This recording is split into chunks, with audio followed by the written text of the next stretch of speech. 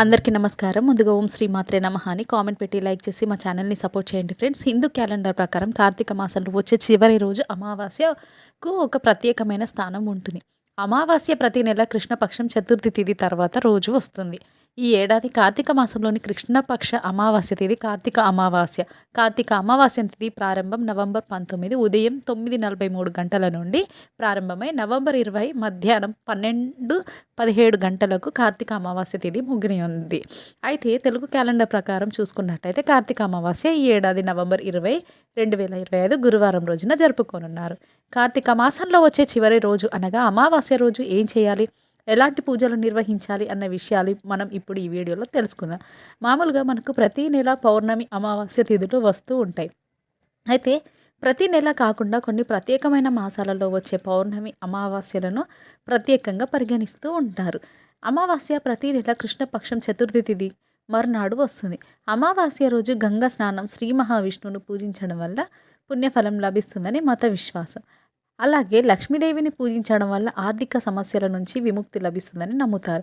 అదేవిధంగా లక్ష్మీదేవిని పూజించడం వలన ఆర్థిక సమస్యల నుండి విముక్తి పొందుతారు. అలాగే వీరి జీవితంలోకి డబ్బుకి ఎలాంటి లోటు ఉండదు. ఇక లక్ష్మీదేవి వారి ఇంట్లో తిష్ట వేసి కూర్చుంటుంది. అంతేకాకుండా అమావాస్య రోజున పూర్వీకులకు పిండ ప్రదానం, తర్పణం వంటివి చేయడం వలన మోక్షం లభించి పితృదోషాలు కూడా తొలగిపోతాయి. ఈ అమావాస్య రోజు ప్రత్యేకమైనది మరియు పవిత్రమైనదిగా పరిగణించబడుతుంది. కాబట్టి కార్తీక అమావాస్య రోజున ఆర్థిక సంక్షోభాన్ని అధిగమించడానికి కొన్ని పరిహారాలను పాటించాలి. దీని ద్వారా లక్ష్మీదేవి అనుగ్రహం ఇంట్లోని కుటుంబ సభ్యులందరిపై ఉంటుంది.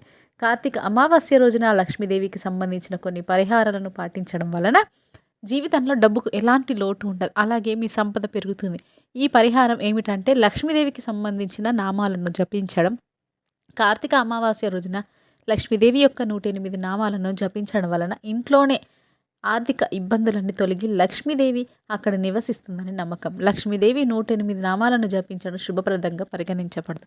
అలాగే అమ్మవారి యొక్క అనుగ్రహం మీ సొంతమవుతుంది. డబ్బుకు లోటు ఉండదు. అలాగే ఇంట్లో లక్ష్మీదేవి కొలువై ఉంటుందని భక్తుల విశ్వాసం. ఇలా చేస్తే లక్ష్మీదేవి అనుగ్రహం లభించి మీ ఇంట్లోనే ఉంటుందంట. అంతేకాదు ఆరోగ్యం కూడా మెరుగుపడుతుంది. ఎవరైతే ఈరోజు లక్ష్మీదేవిని విశేషంగా పూజిస్తారో వారికి కోరిన కోరికలు నెరవేరడమే కాకుండా డబ్బు పరంగా వస్తున్న అనేక సమస్యలు కూడా తొలగిపోతాయి. కనుక కార్తీక అమావాస్య రోజు మర్చిపోకుండా లక్ష్మీదేవిని ప్రత్యేకంగా పూజిస్తే మంచి ఫలితం ఉంటుంది. కార్తీక అమావాస్య శివకేశవులు ఇద్దరికి పరమ పవిత్రమైన ప్రీతిపాత్రమైన రోజు కూడా. ఇది ఆధ్యాత్మిక సాధనకు, మోక్ష సాధనకు విశిష్టమైనది. హిందూ మత విశ్వాసాల ప్రకారం ఈ రోజు కూడా స్నానం, దానం, జపం, ఉపవాసం, దీపారాధన, దీపదానం వంటి వాటికి ఎక్కువ ప్రాధాన్యం ఇస్తారు. ఈ క్రమంలోనే అందరూ దేవాలయాల్లో ఇంటి గుమ్మం ముందు రకరకాల దీపాలు వెలిగిస్తూ ఉంటారు. అయితే కార్తీక అమావాస్య రోజు నారికేల దీపం వెలిగిస్తే శివానుగ్రహం సంపూర్ణంగా లభిస్తుందని, ధనపరమైన ఇబ్బందులు తొలగిపోతాయని, కోరికలు నెరవేరుతాయని పండితులు తెలుపుతున్నారు. ఇంతకీ ఈ నారికేల దీపం ఎప్పుడు వెలిగించాలి, ఎలా వెలిగించాలి, పూర్తి పూజ విధానం ఏమిటో ఈ వీడియోలో తెలుసుకుందాం. పరమశివుడికి ఎంతో ప్రీతిపాత్రమైన నారికేల దీపాన్ని కార్తీక అమావాస్య రోజు ప్రదోషకాలంలో అంటే సాయంకాలం ఇంట్లోని పూజ మందిరంలోనే వెలిగించాలని చెబుతున్నారు. పూజ మందిరాన్ని ముందుగా అలంకరించుకోవాలి. ఆ తర్వాత పరమేశ్వరుడు చిత్రపటం లేదా లింగ స్వరూపానికి గంధం, కుంకుమ బొట్లు పెట్టి పుష్పాలు పెట్టాలి. శివుడి చిత్రపటం ముందు పీట ఏర్పాటు చేయాలి. ఆ పీటకు పసుపు రాసి కుంకుమ బొట్లు పెట్టాలి. ఇప్పుడు ఆ పీట మీద రాగి లేదా ఇత్తడి పళ్ళెంను ఉంచాలి. ఆ పళ్ళెంకు 5 చోట్ల గంధం, కుంకుమ బొట్టు పెట్టాలి. ఆ తర్వాత ఓ చిన్న ప్లేట్లోకి గంధం తీసుకోవాలి. అందులోకి గంగాజలం లేదా మంచినీటిని పోసి కలపాలి.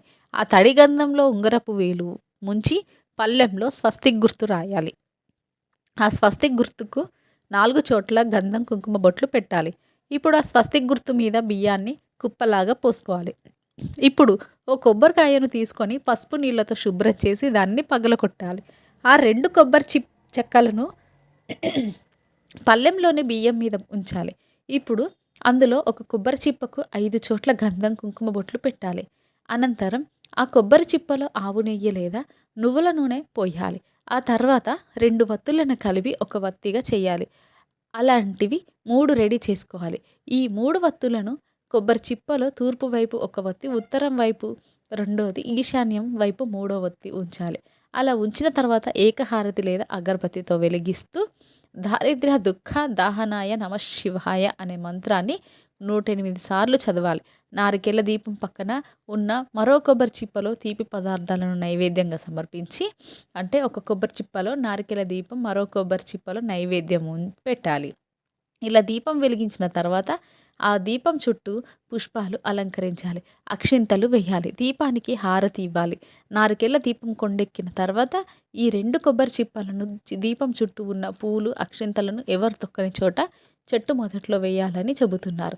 అలాగే పళ్ళెంలో ఉన్న బియ్యాన్ని పొంగలిగా చేసుకొని శివుడికి నైవేద్యంగా పెట్టి దానిని కుటుంబ సభ్యులు స్వీకరించాలి. కార్తీక మాసంలో గడిచిపోయిన సోమవారాలు చేయలేని వారు ఈ అమావాస్య రోజు చేస్తే కార్తీక మాసం నెల రోజుల పుణ్యఫలం ఈ ఒక్క రోజుతో లభిస్తుంది. ఈ రోజున తప్పకుండా సాయంత్రం పూట ఇంటి ముందు దీపాలు వెలిగించాలి. ఇలా చేస్తే ఏ దుష్ట శక్తులు ఇంట్లోకి రాకుండా లక్ష్మీదేవి గుమ్మం ముందు తిష్ట వేసుకొని కూర్చుంటుంది. అమావాస్య రోజు పొరపాటున కూడా ఈ పనులు చేయకండి. అమావాస్య రోజు కొన్ని పనులు అసలు చేయకూడదని హిందూ శాస్త్రం పండితులు హెచ్చరిస్తున్నారు. ఒకవేళ చేస్తే చాలా కష్టాలు అనుభవించాల్సి ఉంటుంది. అమావాస్యను శుభదినంగా పేర్కొన్నారన్న విషయం మనకు తెలిసిందే. అమావాస్యను శూన్యతిథిగా పరిగణిస్తారు. అమావాస్య రోజు సూర్యుడు ఉదయించక ముందే నిద్ర లేవాలి. ఎట్టి పరిస్థితుల్లో అయినా పొద్దెక్కే వరకు పడుకోకూడదు. మిగతా రోజులు ఎప్పుడు నిద్ర లేచినా సరిపోతుంది, కానీ అమావాస్య రోజు మాత్రం ఖచ్చితంగా సూర్యోదయానికంటే ముందుగానే నిద్ర లేవాలి. అమావాస్య రోజు తలకు నూనె కూడా పెట్టుకోవద్దు. మహిళలకు కూడా ఈ నియమం వర్తిస్తుంది. ఇంట్లో ఆడవారనే మాత్రం కాకుండా ఇంటిల్లిపాది అమావాస్య రోజున తల స్నానం చేయాలి. అమావాస్య ఏ రోజున వచ్చిందనే దానితో సంబంధం లేకుండా తలస్నానం చేయాలి. తలస్నానం చేసిన తర్వాత లక్ష్మీదేవిని పూజించాలి. లక్ష్మీదేవికి అమావాస్య అంటే చాలా ఇష్టం. ఈ మంత్రాన్ని లక్ష్మీ క్షీర సముద్ర రాజు తనయం శ్రీరంగధామేశ్వరం దాసి భౌత సమస్త దేవ వనిత లోకైక దీపం శ్రీమన్మంద కటాక్ష లబ్ధ విభవ బ్రహ్మేంద్ర గంగాధరం స్వామి వందే ముకుంద ప్రియ. ఈ శ్లోకాన్ని చదువుతూ లక్ష్మీదేవికి పూజ చేసి ఒక తామర పువ్వును సమర్పించాలి. అప్పుడు లక్ష్మీదేవి అనుగ్రహం తప్పకుండా కలుగుతుంది. అమావాస్య రోజున లక్ష్మీదేవికి పూజ చేయకపోతే దరిద్రమని శాస్త్రంతో పాటు పండితులు కూడా చెబుతున్నారు. అమావాస్య రోజు కొత్త బట్టలు కొనకూడదు, వేసుకోకూడదు. పిల్లలకు పుట్టినరోజు అయినా సరే పిల్లలకు అమావాస్య రోజున కొత్త బట్టలు అసలు కొనరాదు. తప్పక కొనాలనుకుంటే పుట్టినరోజుకు ఒకరోజు ముందుగానైనా కొని పెట్టుకొని ఒక్కసారి వేసుకొని విప్పి కొంత పసుపు రాసి తర్వాత అమావాస్య రోజున ఆ కొత్త బట్టలను వేసుకోవచ్చు. అమావాస్య రోజున హెయిర్ కటింగ్ కూడా చేయించుకోకూడదని శాస్త్రం చెబుతుంది. కనీసం గడ్డం కూడా చేయించుకోవడానికి వీలు లేదని పండితులు చెబుతున్నారు. గోర్లను కూడా కత్తిరించుకోవద్దని అంటున్నారు. అమావాస్య రోజున గోర్లు కత్తిరించి బయట వేసిన లేదా జుట్టు కత్తిరించి బయట వేసిన అది మన శత్రువులకు చిక్కితే దానితో చేతబడి చేసే అవకాశం ఉంది. అందుకే పెద్దలు మనకు ఎన్నో ఏళ్ల నుంచి అమావాస్య రోజు గోర్లు కత్తిరించవద్దు, హెయిర్ కటింగ్ చేసుకోవద్దని చెబుతూ ఉన్నారు. అలాగే మాంసాహారం కూడా నిషేధం అని పురాణాలు చెబుతున్నాయి. మీకు ఈ వీడియో నచ్చితే తప్పకుండా లైక్ చేసి షేర్ చేయండి. మరిన్ని మంచి వీడియోస్ కోసం మా ఛానల్ని సబ్స్క్రైబ్ చేయండి. ధన్యవాదాలు.